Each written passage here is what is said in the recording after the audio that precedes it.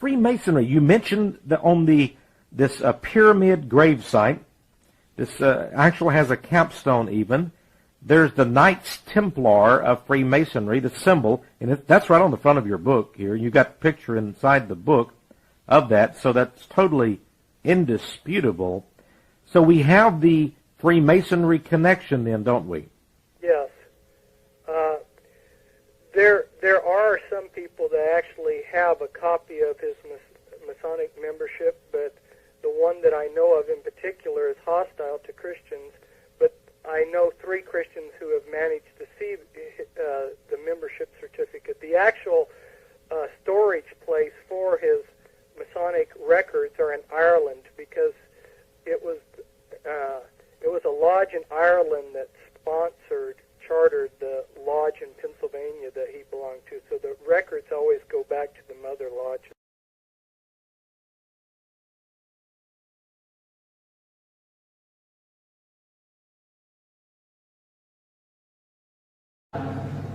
But the original Watchtower magazine had the Masonic Knights Templar logo on it. It's because Charles Taze Russell, who founded the Watchtower Society, was a member of the Russell Illuminati family as well as a Freemason. His father-in-law was a Freemason. His wife was a socialist. And little known, a lot of people don't realize, because it's kept hidden, his wife actually did a lot of the writing for him. And she, if you look at the roots of socialism and communism, you'll see it goes back to these occult secret societies. So it all ties in.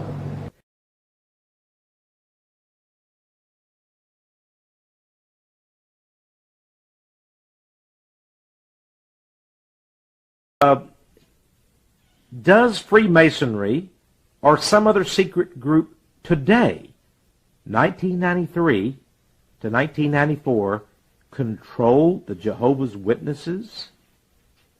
My conclusion is yes.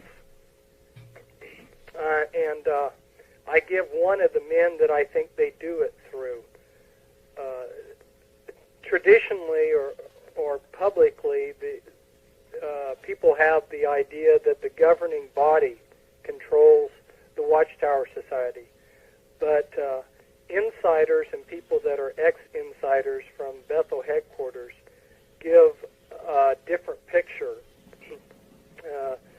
There happens, well, recently, the president of the Watchtower Society, Frederick Franz, died, and he was about, I think, 99 years old when he died, and for many years he had not been able to see or get around, and there happened to be an Iraqi Jew named Salih, who was his mouthpiece. And every time somebody wanted to know what Frederick Franz's orders were, they asked this guy, and this guy would go into Frederick Franz's room and then come out with the answer. We have a blind man in his 90s supposedly running this organization. Sounds like Howard Hughes, in his last days, the recluse, and had other people to operating his huge empire. Right, and boy, in the financial department of the Watchtower Society is more or less a law unto itself. There's a lot of hidden politics going on, and connections to some of the very powerful elite in the world. There's connections between the Rothschilds, the Rockefellers, and the Morgans to the Watchtower Society, and all of these type of connections make me conclude that yes, the Watchtower Society is being controlled very quietly from the outside. Now, part of why the connections between Freemasonry and the Watchtower Society are a little bit obscured is because some of the teachings that they had back in Charles Taze Russell's time changed. And in the Watchtower and Masons book, I go through and I show at least 35 parallel beliefs.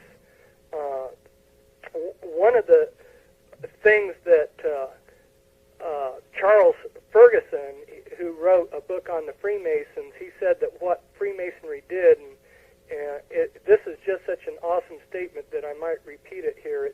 He said, Freemasonry had the supreme dexterity to replace a mysterious divinity with a divine mystery. And that's exactly what Charles Taze Russell did. He was always talking about the divine plan, the divine mystery. And